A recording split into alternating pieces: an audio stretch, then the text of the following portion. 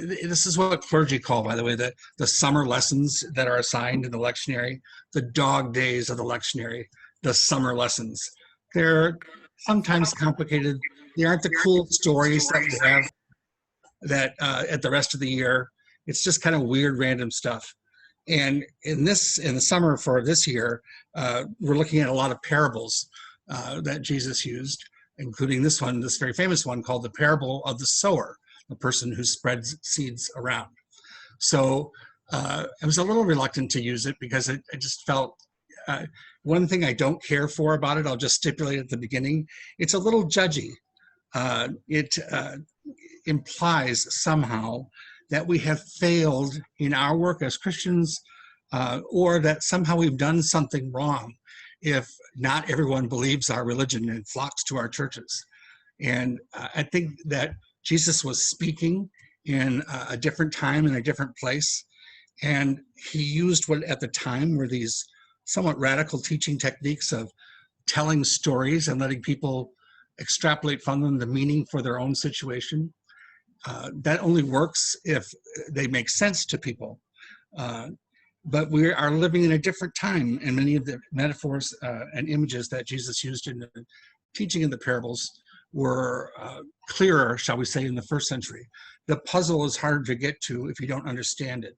But in the first century, Jesus was speaking in a way that people loved. They thought, this is so fresh. He's using images. And it was at a paradigm shift, too, for the church. You notice that Jesus gathered with people at this point in the story, not in buildings, not inside, not in temples or synagogues or teaching houses, but he's outdoors and speaking in large crowds. And then he takes a boat to go off the shore so that more of them can hear him. You know, he's really experimenting with social media in a new way, in an unprecedented way for the teaching and learning of religion. It wasn't done.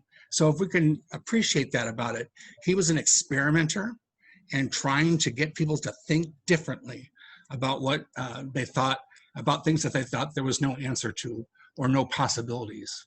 So I think that this passage in particular, which talks about growth and the circumstances under which growth takes place, are really perfect for us right now as we decide as a church, you know, what will our future be? We're small, we're financially stable, but we're by many standards not viable. And I hate using that language, but I think it's important for us to be able to say it in order for us to push past that and feel excited and creative about our possibilities. Jesus was talking to people who felt, who were facing some of the same challenges that we're facing. And he has some clues in the text for us about how we could proceed too at this time. There are a few things I liked about it too. Jesus draws on the natural world to make a point. He's not quoting the Bible. He's just saying, look, here's a way to understand how we can have an impact in the world, even when we don't think that we can. Very simple, the use of the seeds, the planting, the garden, all of that stuff. You know, there's a very famous novel by a lesbian African-American science fiction writer, Octavia Butler, called The Parable of the Sower. And she bases this novel on this book, on this story, because she liked to think, she used science fiction to help people imagine the future that she felt she couldn't do with regular fiction. And she says this in The Parable of the Sower: create no image of God except the image that God has provided. They are everywhere, in everything.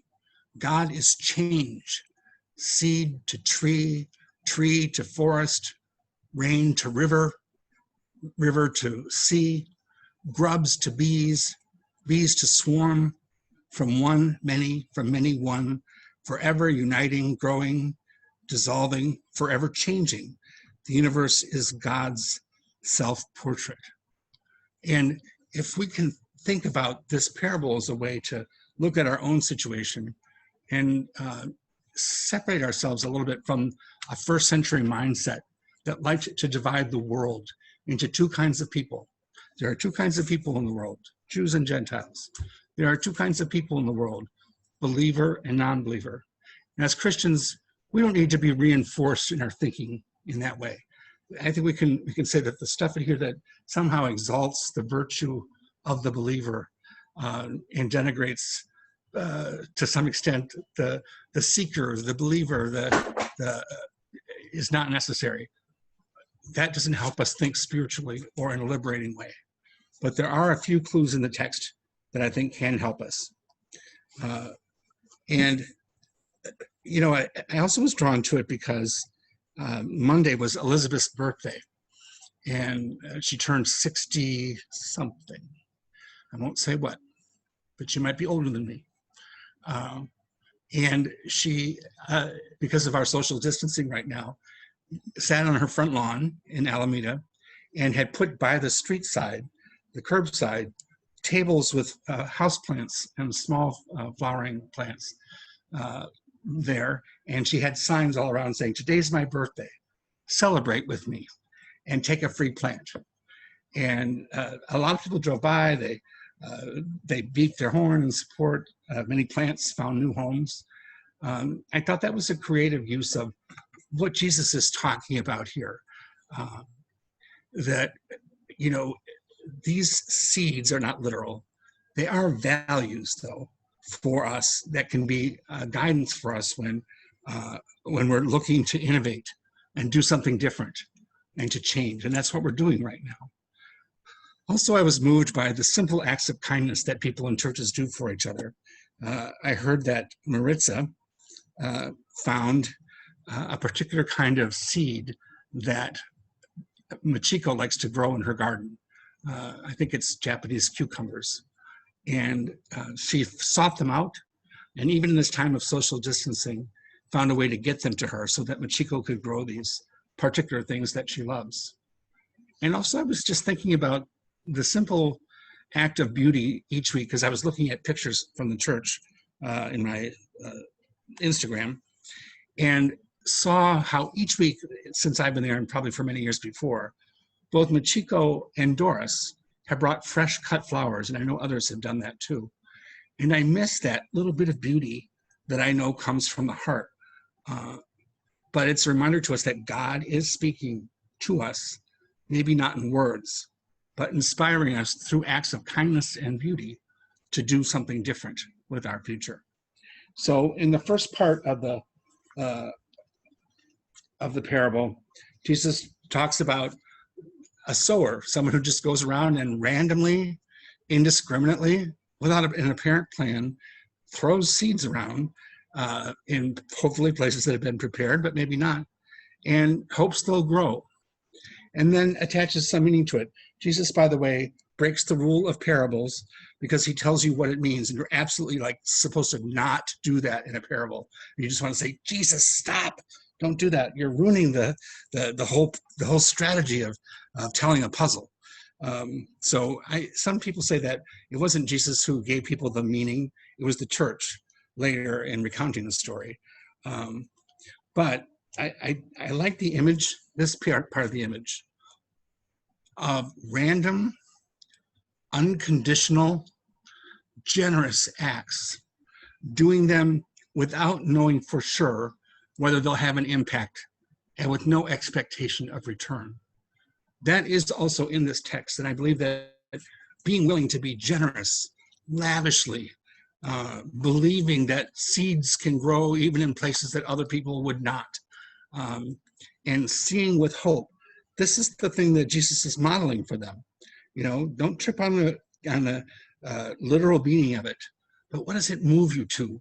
Can it move you to a greater place of unconditional, generous love, the very same love that we have been blessed to receive from God? And then at the very end of the first half, he says, look, anyone who's paying attention, listen. Let anyone who has ears listen. And that became a spiritually useful phrase for me in the last few weeks about thinking, trying to go deeper than I normally do. What is happening here besides what might be apparent on the surface? That's what Jesus said. Pay attention. Who's speaking? What are you hearing? And what are you not hearing? This is a useful guide for us, and it's just sort of plopped in there in the middle of it. But I think it gives meaning to it. And here's what I was listening to this week. You know, on earlier this week, I went to a meeting of the Department of Public Health in Alameda County, where I live. And, you know, I want to commend the public health officials of Alameda County for on Friday night going back and closing all public eating places, which has been very unpopular here. But they were listening to what was happening and not willing to just proceed as if people's lives are not important right now. So they were listening, and I noticed that they listened and they took an unpopular step for the safety of everyone. I want to appreciate that. Also, this vigil that I went to on Friday, that I go to every month, that's in solidarity with people who are either in prison or in ICE detention. You know, there are so many people in ICE detention right now, including children still, who are supposed to have been released, and they haven't been released yet. And they're there awaiting some kind of administrative thing. They're not criminals. They have not broken the law, okay? Not that anyone, I think, should be treated this way.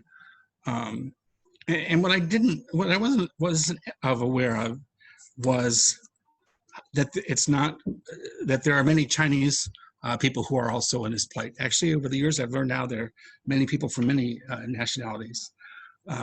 We are not modeling our best, most generous, unconditional love in our treatment of immigrants. I know you hear me say this all the time, but I had a particular insight or awareness this week around the plight of Chinese Americans who have been coming to this country for 170 years, I think, who built the railroads, who did the mining and the prospecting and the agriculture.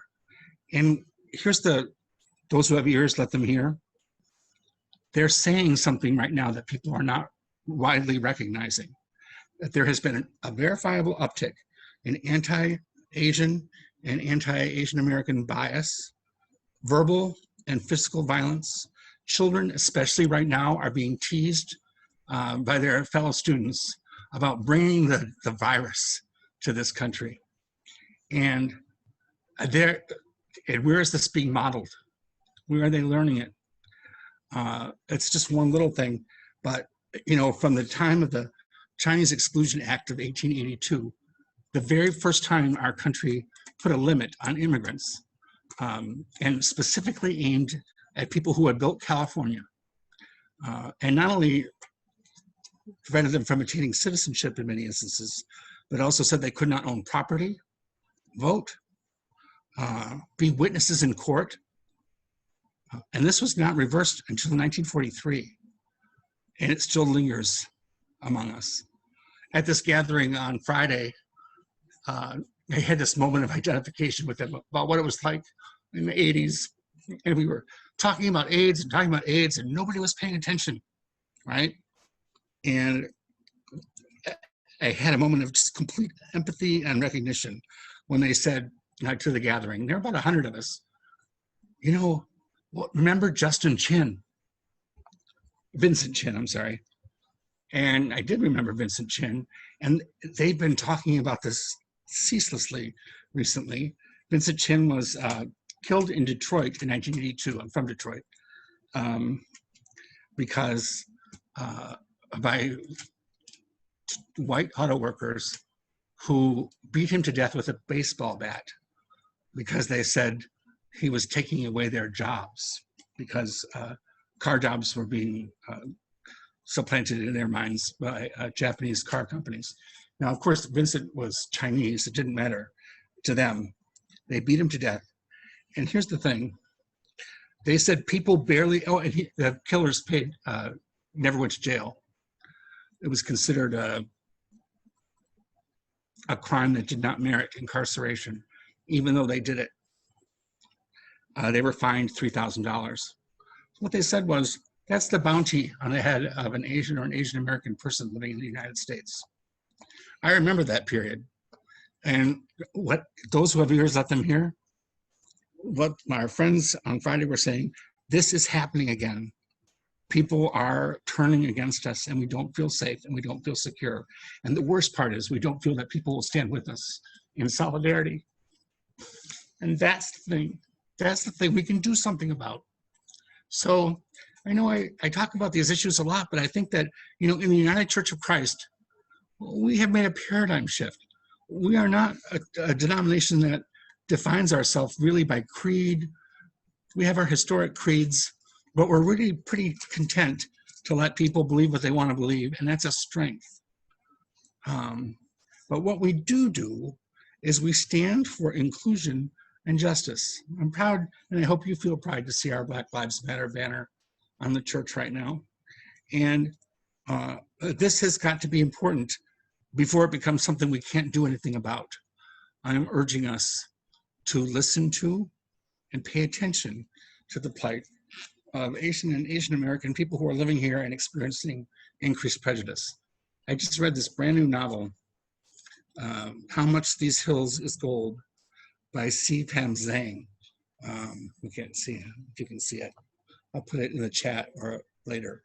It just was released, and it's a novel about the Chinese experience in Northern California, particularly in the 1800s.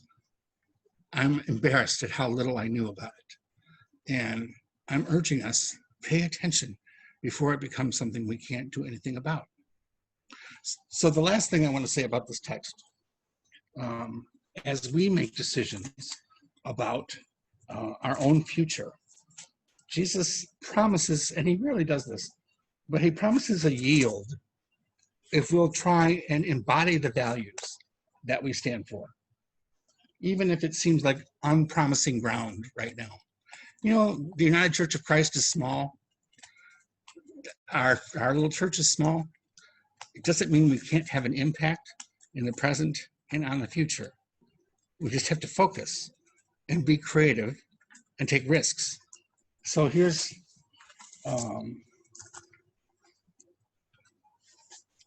what Jesus says at the end of this text. Normally I'm walking around doing this, so it's a little more graceful in the transitions.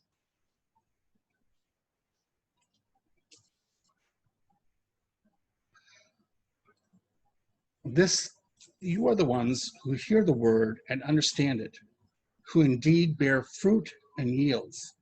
In one case, 100-fold, in another 60, in another 30. So this is crazy person math. It would be very unusual in agricultural terms to have a yield from a harvest that is 100 or 60 or 30. But Jesus, who was a trained and educated person, deliberately used numbers that were meant to inspire creativity and confidence. That doesn't mean that they weren't supposed to pay attention. But he said, look, this is how much greater your impact can be than just your material resources. And that's what I want us to be thinking about. We're working on our budget right now. The board's working very hard. We're probably going to do a 6-month budget because of the uncertainty about what's happening with everything right now. But it's not a time to shrink down and get smaller and become so cautious that we cease to have an impact. That's my spiritual pitch to us as we look at the next few months. Jesus says, you are capable exponentially of more than you think you are, and your material resources should not be the sole determinant. And I want to lift that up for us. 100-fold, 60-fold, 30-fold. I know that sounds extravagant, and I'm not suggesting we do anything unwise or imprudent, but I am asking us to be open to how these principles can guide us at this time of change and transition.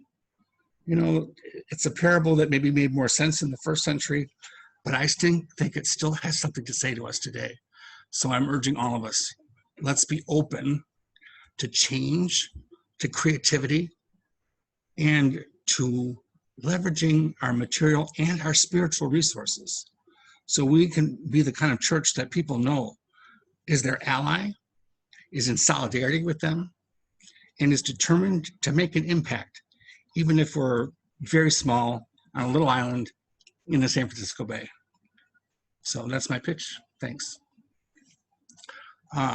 Elizabeth.